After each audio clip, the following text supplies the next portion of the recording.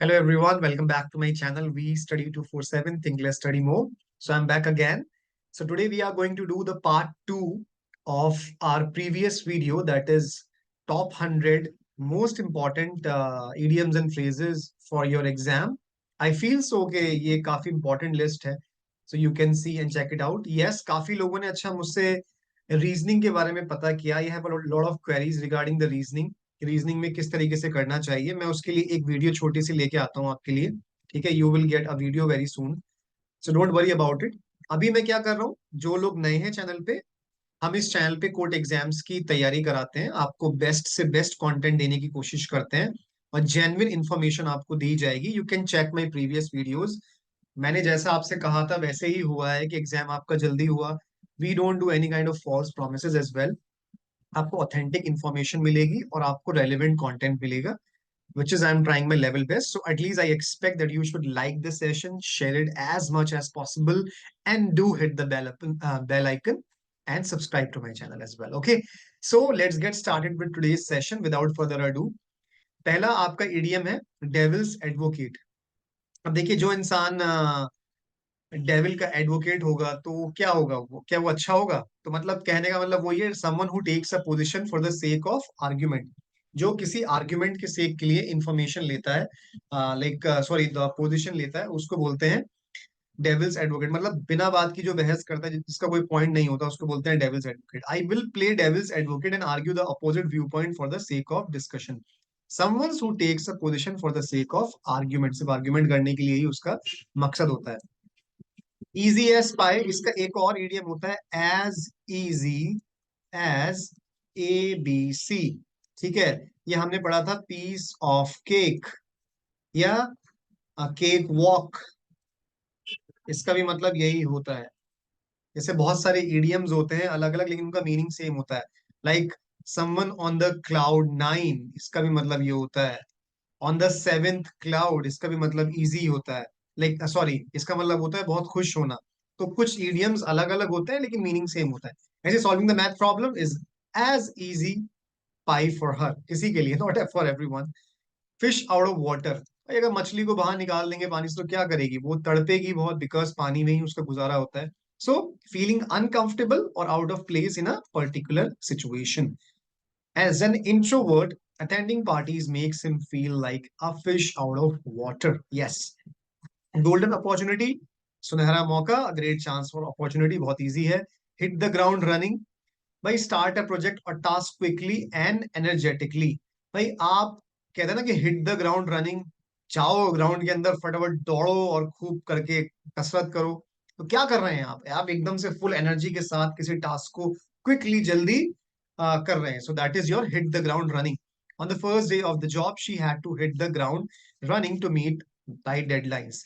Ignorance is bliss. Yes, ignorance is bliss. This is going to really help you in your life as well. Because if you have an art to ignore a lot of things and a lot of people in your life, then you are going to be a very successful person. Trust me, because we have to ignore certain things if we want to achieve in our life, but not the people whom we actually love. Not knowing about a problem or situation allows one to be happier. मतलब कोई अगर आपकी life में है, कोई problems हैं, distractions हैं, उसके लिए आपको इग्नोर करना है. इग्नोरेंस इज ब्लिस होता है. So she chose to ignore the gossip because ignorance is bliss. ऐसी बातों को इग्नोर करना है, ना कि अच्छे लोगों को या अच्छी चीजों को. जैक ऑफ ऑल ट्रेड्स, एक इंग्लिश में कहावत है, jack of all is master of none. तो someone who can do many different task और जॉब्स, इसको बोलेंगे जैक ऑफ ऑल ट्रेड्स. जो सब कुछ कर सकता है, बहुत कुछ कर सकता है. ठीक है, he is a jack of all trades, मतलब उसको काफी सारी चीजें आती हैं. किसी ऐसे इंसान के लिए जो कि सेवेंट है, मतलब काफी वर्सेटाइल है, इसको बोल सकता है. एक वर्ड होता है वर्सेटाइल. एक ऐसा बंदा जो काफी सारी चीजों को कर सकता है. मल्टी टैलेंटेड इसका एक वर्ड हो सकता है. मल्टी टैलेंटेड, जिसको चीजें काफी सारी आती हो एक वक्त पे कर सकता है. डेक्स्ट्रस हो सकता है इसका वर्ड. ठीक है, डेक्स्ट्रस, एम्बी डेक्स्ट्रस, जो दोनों हाथों से टास्क को करने में निपुण हो. बहुत सारे वर्ड्स होते हैं. ओके, चलिए. Keep your chin up. Keep your chin up, अपनी चिन ऊपर रखिए. मतलब हमेशा चीयरफुल रहिए, ऑप्टिमिस्टिक रहिए इन डिफिकल्ट टाइम्स. कोई बात नहीं, मुश्किल समय है, टाइम कम है एग्जाम के लिए, but you have to keep your chin up my dear students, because you are really going to make it. Don't worry, okay, you will come up with flying colours, trust me. See, मैंने यहाँ पर 3 idiom use कर दी। Even though facing challenges, keep your chin up and stay positive. Yes, you have to be positive in your life. Leave no stone unturned. This is a time for you to leave no stone unturned, because this is a high time for you. You have to burn the midnight oil. Yes, आपको बहुत सारी मेहनत करनी है। कुछ भी, हर एक मील का पत्थर जो भी आड़े आ रहा है उसको अनटर्न कर दो, ठीक है। Do everything possible to find a solution और गेट इंफॉर्मेशन। किसी चीज के लिए कुछ भी कर जाना, उसका पॉसिबल सॉल्यूशन फाइंड आउट करने के लिए या उसकी तह तक जाने के लिए, उसको बोलते हैं, ठीक है। In solving the mystery the detective vowed to leave no stone unturned. अच्छा, जब हम किसी चीज को थरोली एग्जामिन करते हैं ना, तो उसके लिए एक वर्ड होता है, वेट बोलते हैं उसको, जैसे इन्वेस्टिगेशन होता है। ये सब सिनोनिम्स है। वेट हो गया, ओके, इन्वेस्टिगेशन हो गया, थॉरोली किसी चीज को देखना। मंकी बिजनेस, ये इंपॉर्टेंट है। सिली और फुलिश बिहेवियर, भाई मंकी बिजनेस है मतलब कोई इंसान फुलिश और सिली बिहेवियर को पोर्ट्रे कर रहा है, इसका मतलब है monkey business. Obviously monkey is not going to the business, right? So there is no room for monkey business during an important meeting. Yes, exactly. Nip in the bird, ठीक है, deal with the problem और situation at an early stage. किसी problem या situation से early stage में ही deal कर लेना। मतलब कि आपको एग्जामिनेशन में कुछ प्रॉब्लम हो, so it's better to nip in the bird. अभी से ही आप सारे टॉपिक्स को क्लियर कर लें, प्रिपेयर कर लें। बहुत से लोगों के लिए मैं बता देना चाहता हूँ जो मेंस की तैयारी कर रहे हैं। देखिए, इस एग्जाम में सबसे इंपॉर्टेंट इंग्लिश है। यहां से आपने टीयर 1 निकाल लिया, ये क्वालिफाई हो जाएगा, इसके कोई मार्क्स नहीं जुड़ने वाले। हाँ, आपको लेकिन अच्छे मार्क्स लेके आने हैं, ताकि आप मेरिट में आ सकें। इसकी इसकी कट ऑफ पे मत जाना। 90 प्लस तो स्कोर करना ही करना है। उसके बाद आपका आता है मेंस, उसमें सारी इंग्लिश आ रही है। फिर टाइपिंग, दो चीजें इंपॉर्टेंट है, मैं आपको शुरुआत से बताता आ रहा हूँ। सो that is very important for you. So recognizing the issue early, or I can say recognizing that English is very important. So you need to decide to nip in the bud right now. On cloud 9, मैंने आपको बताया था, on cloud 9, at the seventh cloud, ये सारे के सारे जितने भी होते हैं, जब इंसान कोई बहुत खुश होता है उसको यूफोरिक भी बोलते हैं, या यूफोरिया होता है, स्टेट ऑफ हैप्पीनेस। ब्लिस का मतलब भी हैप्पीनेस होता है। फेलिसिटी का मतलब भी हैप्पीनेस होता है। ये सारे के सारे वर्ड्स आपके हैप्पीनेस से related. Bliss, felicity, euphoric, extremely happy, okay, on I am on cloud 9, okay. या बोल सकते हैं वॉकिंग इन द एयर, जब कोई इंसान वॉकिंग इन द एयर मतलब बहुत खुश है वो। सो फीलिंग एक्सट्रीम हैप्पीनेस और joy after receiving the promotion, she was on cloud 9 for days. Play it by ear. See, if can you like basically play with your ear, so decide or act spontaneously based on the situation। इसको आप ऐसे ऐसे समझिए, किसी ने आपके कान में आके कुछ बोला और आपने तुरंत बात सुनी और एकदम से you have acted upon। इसका क्या मतलब हुआ कि आपने कोई भी चीज एकदम से सुन के डिसाइड करी, एक्ट किया spontaneously, okay, based on the situation, right? Yes. So we don't have a fixed problem, a plan. Let's play it by ear and see where the day takes। कहते हैं ना कि सोचो वोचो मत, बस एकदम से कर दो भाई, अब कुछ नहीं पता। Play it by ear। Quick as a flash, very fast और quickly। Flash एक कैरेक्टर है डीसी का जो कि बहुत तेज भाग सकता है, लाइट की स्पीड से भी तेज भागता है, जो कि मार्वल फैंस है उनको पता होगा। So yes, quick as a flash। Flash का मतलब लाइटिंग होता है, लाइटिंग की स्पीड बहुत तेज होती है। So this is very very easy। Yes, Rome wasn't built on a sorry in a day।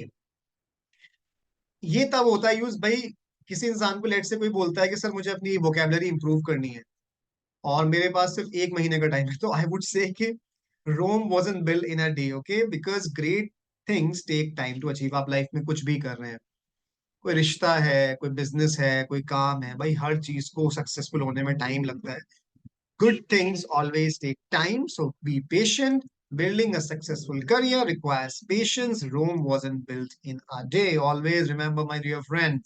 Yes, shake a leg, hurry up or move quickly। जल्दी से मूव करना, भागना। शेक अ लेग मतलब कहते हैं ना, come on shake a leg, we need to leave soon, shake a leg. जब भी अगली बार अब अपने जब फ्रेंड को बोल रहे हो तो ये मत बोलिए hurry up, we need to leave soon, shake a leg brother. Okay, एक चीज और भी है, जब आप पूरा दिन को सम अप कर रहे होते हैं, रैप अप कर रहे होते हैं, तो एक इंडस्ट्री में एक वर्ड होता है, जब ये डेली सोप आर्टिस्ट या फिल्म स्टार्स बोलते हैं पैकअप। पैकअप का मतलब होता है आज का सब काम खत्म हो गया। एक और होता है रैप अप, ठीक है। एक होता है वाइंड अप। इन सब का मतलब होता है काम खत्म करना, काम को अपना पूरा कर देना। तो ये आपके कुछ वर्ड्स होते हैं, shake a leg, wrap up, wind up, pack up, ठीक है। चलो, एक और वर्ड होता है जो कि ईडीएम है, कॉल इट अ डे। इसका मतलब है आज के काम को खत्म करना। Okay, let's call it a day मतलब let's finish the work, let's wrap up और पैक अप और wind up. Taste of your own medicine बहुत इजी है भाई, अपना ही एक्सपीरियंस करना। लेट से आपने किसी को बुरा भला बोला था, उसने भी पलट के आपको बुरा भला बोले, तब आपको समझ में आई कि कैसा लगता है। तो आपने क्या किया, अपनी स्वाद खुद ही चख लिया अपनी मेडिसिन का, ठीक है। Experience the same negative treatment as you have given to others, so this is karma in your life. So be aware, you don't have to make anyone feel या बैड, बिकॉज वो भी आपको फिर ऐसे ही करेंगे, आपको कहीं ना कहीं मिलेगा लाइफ में। अप फॉर ग्रैब्स इंपॉर्टेंट है, थोड़ा अलग है। Available for anyone to take और विन, मतलब कोई चीज किसी इंसान के लिए अवेलेबल है लेने के लिए या जीतने के लिए। अप फॉर ग्रैब्स, जैसे कि कोई ऑफर है तो we can say it is up for grabs. कोई अभी टिकट है, it is up for grabs. The last ticket to the concert is up for grabs, अभी भी ऑफर चालू है। यस। वैनिशिंग पॉइंट, जहां सब कुछ खो जाए। A point in the distance where something disappears from you. भाई दूर एक कार है, चली गई, कोहरा था, आपको दिख ही नहीं रही, तो हम क्या बोल रहे हैं, the car has gone to a vanishing point, the road stretch to the vanishing point, creating a beautiful illusion. यहाँ पर इन्होंने एक अच्छा एग्जाम्पल दिया है। Next, whole 9 yards, the complete और full extent of something. Important है ये भी, होल 9 yards। भाई पूरा 9 yards के बारे में बात कर रहा है, मतलब पूरा कंप्लीट एक चक्कर के बारे में बात कर रहा है, मतलब किसी चीज का फुल एक्सटेंट, पूरा होना, मुकम्मल होना, द कंप्लीट और full extent of something. She decorated the entire house for the party, going the whole 9 yards। जैसे हम शादी होती है घर में तो हम पूरा घर सजाते हैं, या दिवाली होती है या कोई भी फेस्टिवल होता है तो हमारा पूरा घर जगमग कर रहा होता है।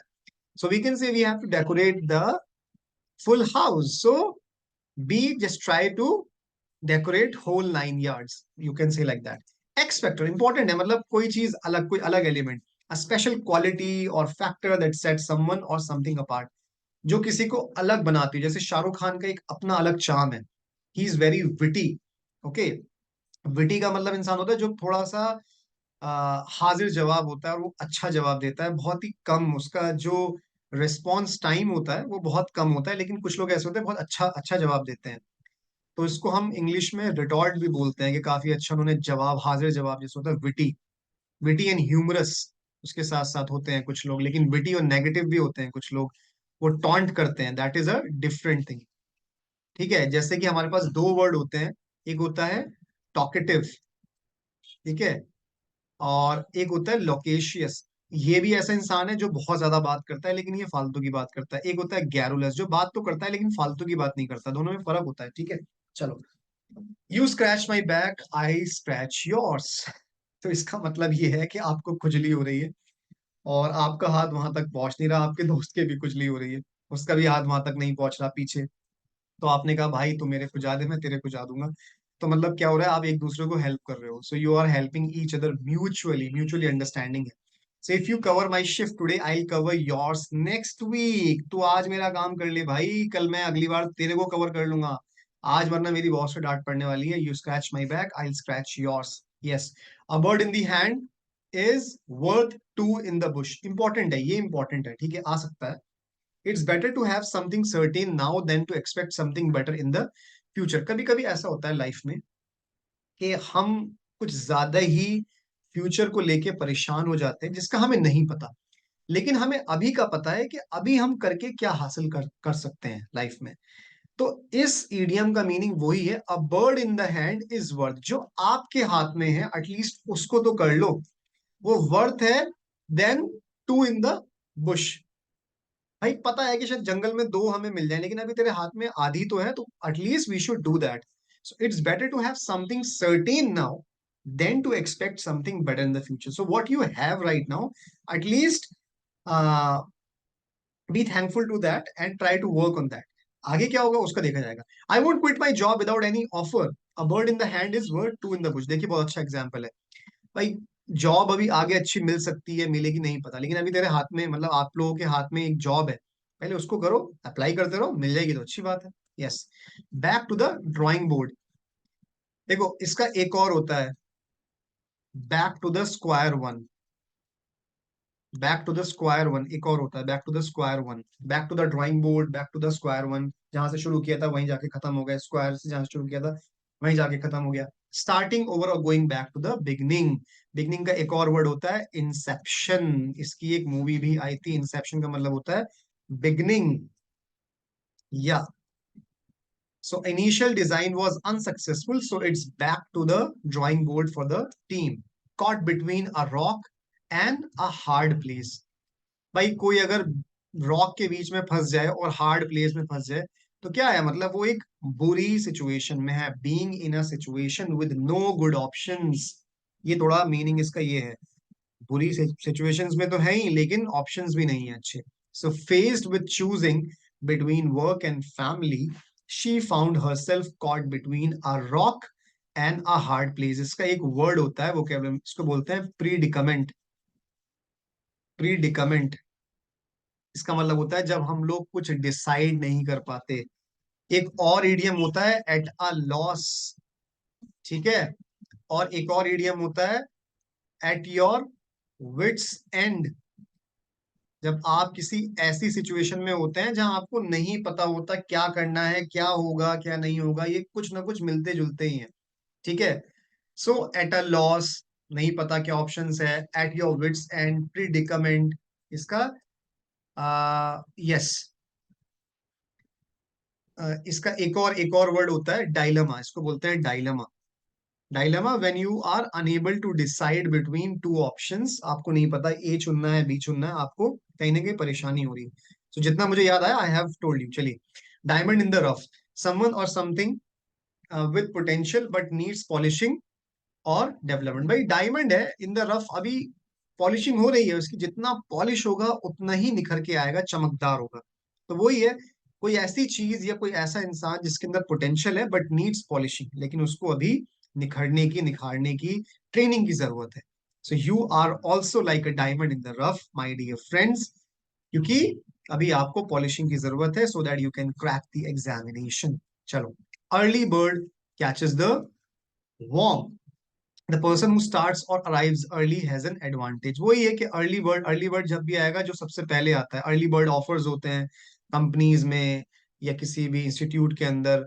सो अर्ली बर्ड का मतलब सबसे पहले आने वाला, first come first serve type का। तो कैचेस द वॉर्म, सो वही जो पहले आएगा भाई उसके लिए एक एडवांटेज तो होती है, चाहे वो ऑफिस में आए या वो किसी ऑफर में पहले पहुंचे, किसी पार्टी में पहले पहुंचे।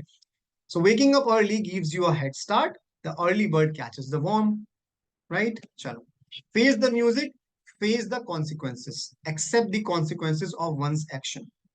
भाई मैं ये बोल रहा हूं आपसे कि आप लोग अगर तैयारी नहीं करेंगे so you should be ready to face the music.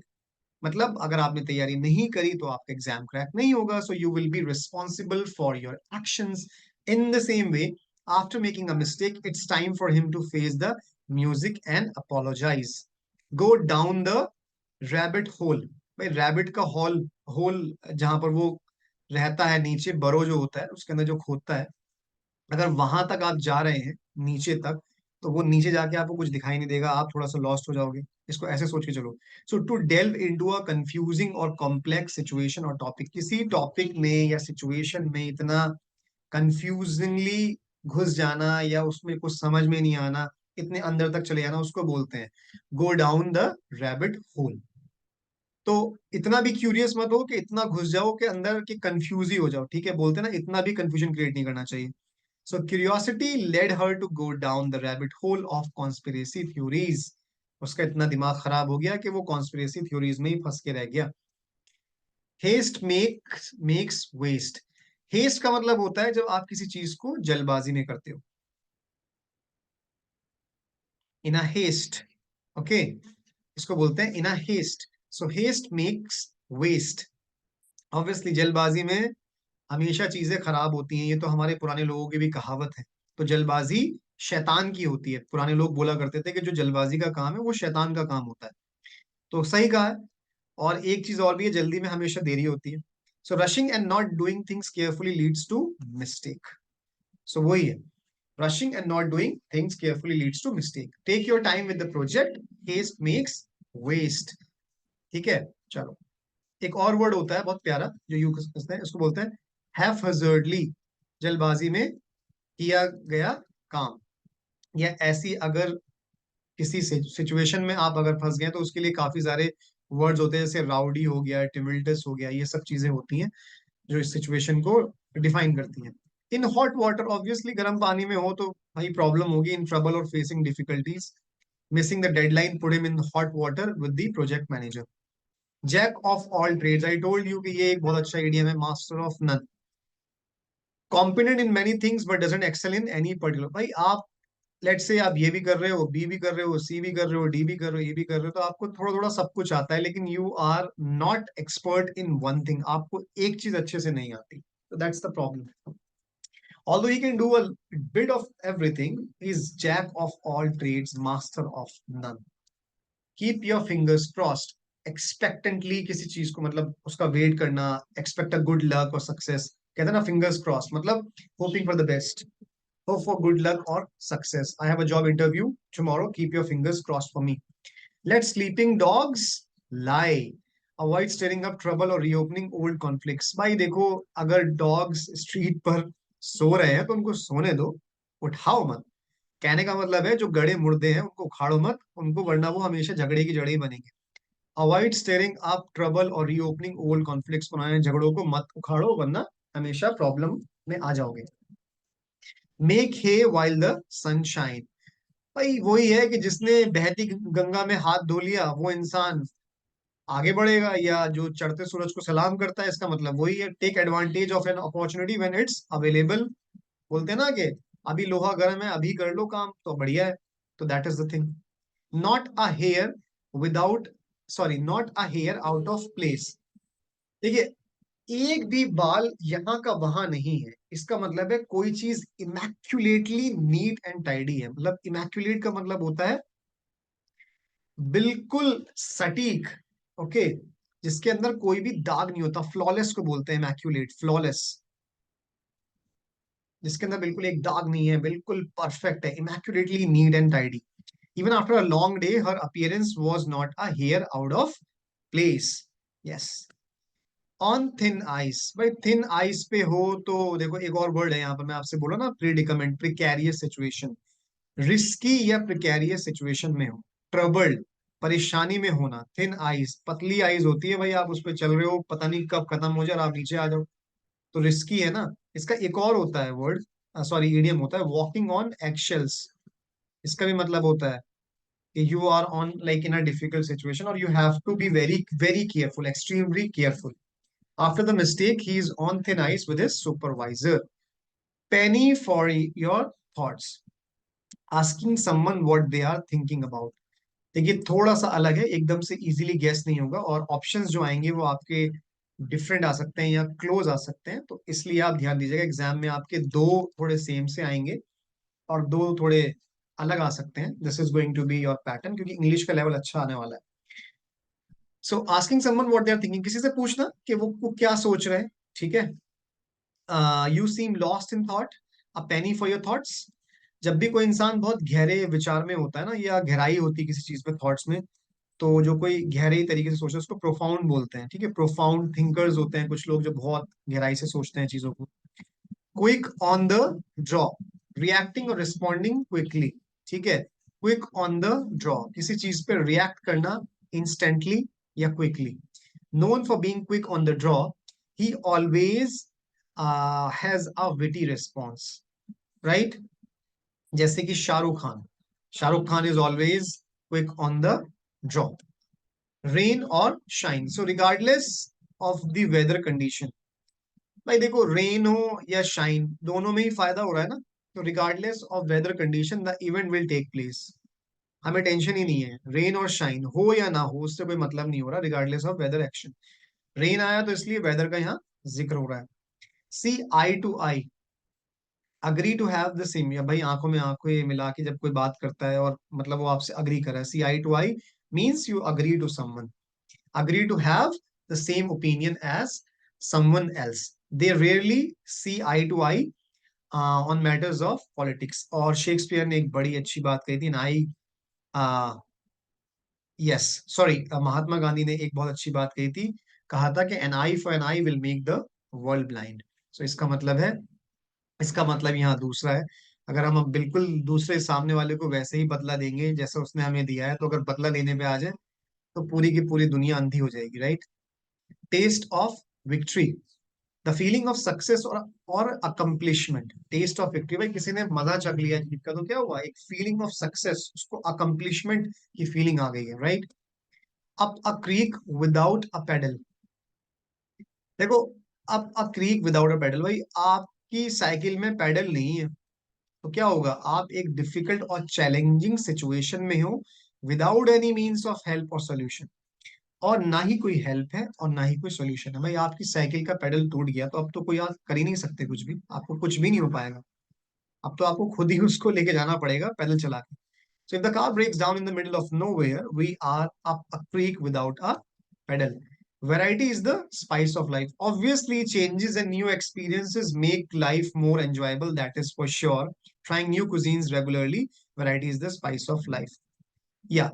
So when in Rome, do as the Romans do. कहते हैं जब आप रोम में हो तो वैसा ही करो जैसे रोमन्स आपसे बोलते हैं.